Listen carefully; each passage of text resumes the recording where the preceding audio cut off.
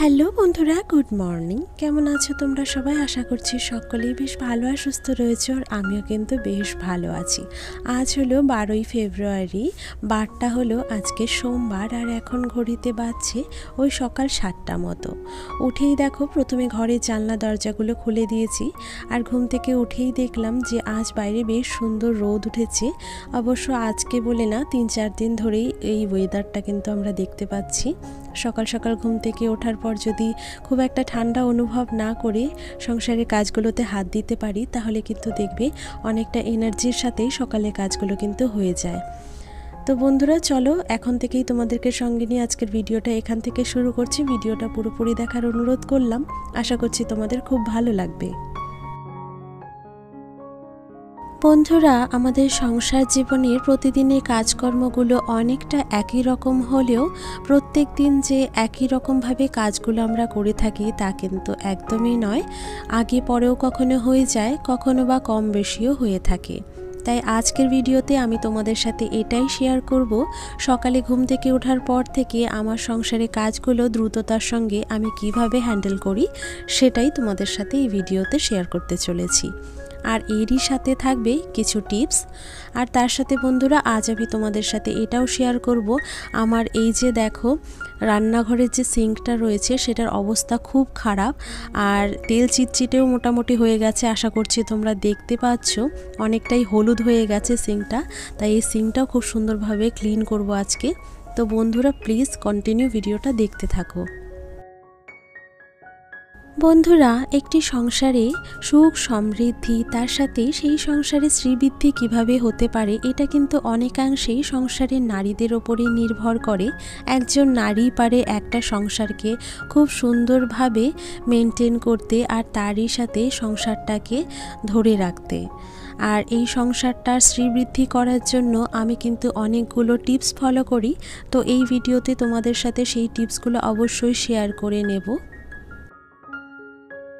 সকালবেলা ঘুম থেকে উঠে তারপরে বাসি কাজগুলো সেরে নিয়ে প্রথমে ভাবলাম সকালে টিফিনটা করে নিই। তবে আজ তেমন কিছু তো টিফিনে ছিল না, মানে একটুখানি লিকার চা বানিয়েছিলাম, আর তার সাথে কালকে রাতের কিছু পায়েস করে রাখা ছিল, তো সেটাই এক বাটি মতো নিয়ে নিয়েছিলাম। সেটা দিয়েই কিন্তু সকালে টিফিনটা সেরে নিলাম। আর তারপরে টিফিনটা সেরে নিয়ে এই যে সমস্ত বাসনগুলো বেরিয়েছিল, তো সেইগুলো আমি কিন্তু ধুয়ে রেখে দিলাম। তারপরে দেখো এই যে সিঙ্কটা রয়েছে, সিঙ্কটা তো প্রথমেই বললাম প্রচণ্ড তেল চিটচিটে, আর সাইডগুলো কিন্তু হলুদ হয়েছিল। তো এখন দেখো একটা স্ক্রাবার দিয়ে তার মধ্যে একটুখানি সার্ফ আমি নিয়েছিলাম। দেখো চারপাশের সমস্ত ওই হলুদ দাগগুলো কিন্তু চলে গিয়েছে, আর এখন কিন্তু বেশ অনেকটা ক্লিন হয়ে গেছে। মাঝে মাঝে রান্না করার পরেই যদি দেখো যে সিঙ্কটা অনেকটাই নোংরা, তাহলে সেক্ষেত্রে কিন্তু স্ক্রাবার দিয়ে এরকমভাবে পরিষ্কার করলে সিঙ্কটা অনেকটাই ক্লিন থাকে।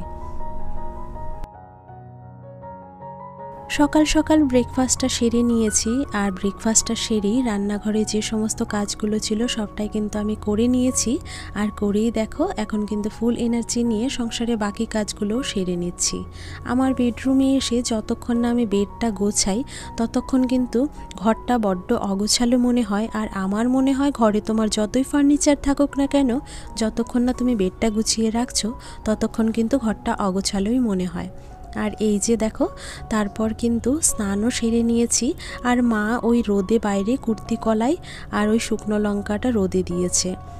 একটুখানি ঝরঝরে হয়ে গেলেই ঘরে তুলে নেব, আর বাইরে তো প্রচণ্ড রোদ, তো একটু বাদেই কিন্তু তুলে নিয়েছিলাম লঙ্কা আর কুর্তি কলাই ডালটা। তারপরে দেখো তুলসী তলায় জল দিয়ে এই যে দেখো আমি তোমাদের সাথে শেয়ার করে নিচ্ছি, পাশের বাড়িতে অনুষ্ঠান ছিল, কাল যায়নি বলে ওরা বাড়িতে এসে দিয়ে গেছে এই ডাল আর তরকারি। তো সেই কারণে আজকে আর রান্না করলাম না, দুপুরবেলা একটুখানি ভাতই করে নিয়েছিলাম। আর যেদিন আমার রান্নার এইরকম ঝামেলা থাকে না, দুপুরবেলা অন্য কোনো সবজি বা রাতের কোনো খাবার যদি থাকে, সেক্ষেত্রে গরম করে দুপুরে খাবারটা হয়ে যায়। তো সেক্ষেত্রে রাতে কিন্তু রান্নার ঝামেলাটা আমাকে করতে হয়। আর এই যে দেখো দুপুরবেলা খাওয়া দাওয়ার পরে যে সমস্ত এঁটো বাসনগুলো ছিল, সেগুলো কিন্তু এখন চটজলদি ধুয়ে ফেলছি। বন্ধুরা চলো তোমাদের সাথে সংসার জীবনের কিছু কিছু টিপস শেয়ার করি, যেগুলো মেনে চললে আমাদের সংসারে কিন্তু বেশ অনেকটাই কল্যাণ হয়। প্রথম টিপস হলো, আমি সবসময় চেষ্টা করি বাড়ি থেকে সকালবেলা কেউ বেরোনোর আগে অবশ্যই ঘর উঠোন সমস্তটা কিন্তু ঝেড়ে ফেলতে। আর সকাল সকাল চেষ্টা করি যেন ঘরের কোনো কোনায় নোংরা না জমে থাকে, এতেও কিন্তু ঘরের লক্ষ্মীর বাস হয় না। এটা আমি ছোটোবেলা থেকে মায়ের কাছ থেকে শিখে এসেছি, তাই এই নিয়মটা কিন্তু আমিও পালন করে থাকি।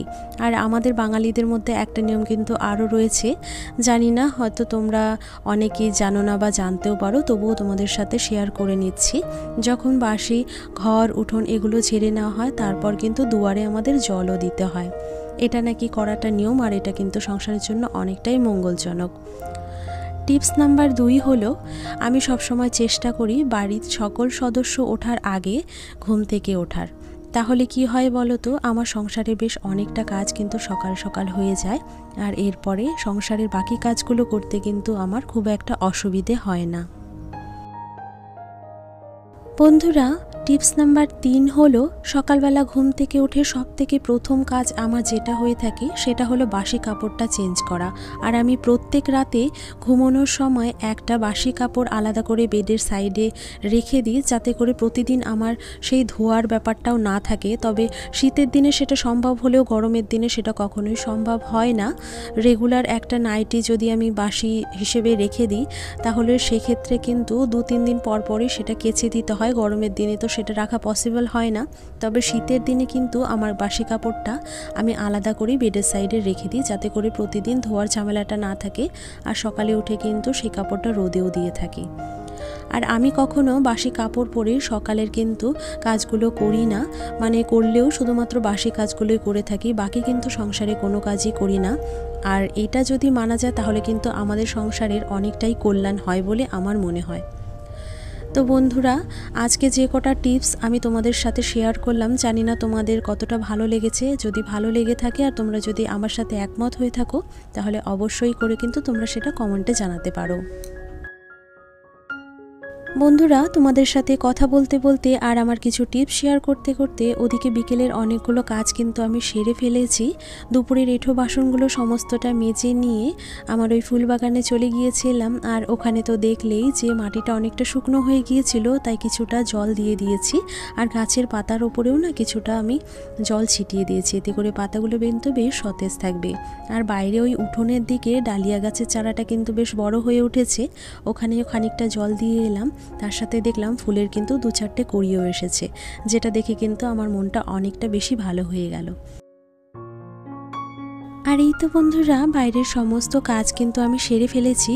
আর তারপরে বাইরে যে সমস্ত কাপড় ছিল যেগুলো শুকিয়ে গেছে আর যেগুলো সকালে রোদে দিয়েছিলাম, সেগুলো সব কিন্তু আমি তুলে নিয়ে এসেছি। এখন একটা একটা করে কাপড়গুলো আমি খুব সুন্দর করে গুছিয়ে নেব। আর বন্ধুরা আমি প্রত্যেক দিন কাপড় গোছানোর সময় একটা জিনিস শেয়ার করে থাকি তোমাদের সাথে, যতই এগুলো আমার রেগুলার ইউজের কাপড় হোক না কেন, সেগুলো কিন্তু আমি অনেকটা সুন্দর করে হাত দিয়ে টেনে টেনে এইরকমভাবে ভাঁজ করে থাকি। এতে করে কাপড়গুলো কিন্তু অনেকটাই ভালো থাকে, আর আমার কিন্তু গোছাতেও বেশ সুবিধে হয়। আর এই যে দেখো, এখন কিন্তু আমার বাসি কাপড়গুলো আমি যেগুলো সকালে রোদে দিয়েছিলাম সেগুলো আলাদা করে রেখে দিয়েছি। যেগুলো আমার ধোয়া কাচা কাপড় সেগুলো এখন আলনায় পাট পাট করে গুছিয়ে রাখবো সুন্দর করে, যেমনটা প্রত্যেক দিনই আমি গুছিয়ে থাকি। আর তারপরে ওই কাপড়গুলো আমার বেডের কর্নারে রেখে দেবো। বন্ধুরা আমার আজকের এই পর্যন্ত ভিডিওটি যদি তোমাদের একটু হলেও ভালো লেগে থাকে, তাহলে অবশ্যই তোমরা কিন্তু ভিডিওটিতে একটা লাইক করে দিও। আর এরই সাথে ভিডিও সম্পর্কে একটা সুন্দর কমেন্ট করে জানিও, এতে করে আমার কিন্তু অনেকটা ভালো লাগবে। আর তোমাদের করা একটা ছোট্ট লাইক আমার এই ভিডিওটিকে অন্যান্য বন্ধুদের কাছে পৌঁছে দিতে কিন্তু সাহায্য করবে। আর যদি কোনো নতুন বন্ধু এই মুহূর্তে আমার ভিডিওটি জুড়ে থাকো, বা আমার ভিডিওর কোনো অংশ যদি তোমাদের একটু হলেও পছন্দ হয়ে থাকে, তোমরা কিন্তু চাইলে আমার চ্যানেলটি সাবস্ক্রাইব করেও আমার পাশে থাকতে পারো। আর অবশ্যই চ্যানেলটি সাবস্ক্রাইব করার সাথে সাথে বেল বাটনটা প্রেস করে দিও, এতে করে যখন যখন আমি নতুন নতুন ভিডিও আপলোড করব, সাথে সাথেই কিন্তু তোমরা নোটিফিকেশন পেয়ে যাবে, আর আমার সম্পূর্ণ ভিডিও কিন্তু তোমরা ওয়াচ করতে পারবে। বন্ধুরা, তোমাদের সাথে কথা বলতে বলতে ওদিকে কিন্তু আমার সমস্ত জামা কাপড় গোছানো কমপ্লিট হয়ে গেছে। তারপরে আমি দুটো ঘরের বেডই ভালো করে ঝেড়ে নিয়েছি। ঝেড়ে নিয়ে কিন্তু ঘরের কাজ মোটামুটি আমার কমপ্লিটও হয়ে গেছে। তারপরে ঘরের জানলাগুলো আটকে দিলাম। আর এই যে দেখো, এখন বাইরের সমস্ত যেগুলো জল ঝরাতে বাসন রেখেছিলাম সেগুলো কিন্তু ঘরে নিয়ে চলে এসেছি। আর এই যে বাসন রাখার ঝুড়িটার মধ্যে কিন্তু সুন্দর করে গুছিয়ে রেখে দিলাম। যেহেতু ঘরে জায়গাটা অনেকটাই কম, তাই কিন্তু এইরকমভাবে আমার খাটের নিচেই আমাকে ঝুড়িটা রেখে দিতে হয়। ওদিকে বাসনটা গুছিয়ে এসে রান্নাঘরের জানলাটা খোলা ছিল, তো এটা এখন ঝটপট করে লাগিয়ে দিচ্ছি। বিকেলবেলার সম্পূর্ণ কাজ শেষ হয়ে যাওয়ার পর আমি যেই কাজটা করে থাকি সেটা হলো ঘরের জানলা দরজা আমি একটু সময় থাকতেই আটকে দিয়ে থাকি। কারণ তোমরা তো দেখলেই সন্ধে হতে কিন্তু এখনও অনেকটা সময় বাকি।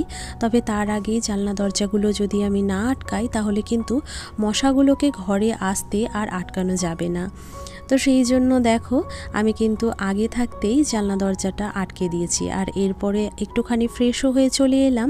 শীতের দিনে ভ্যাসলিনটা আমি যতক্ষণ না ঠোঁটে লাগাই ততক্ষণ আর শান্তি পাই না।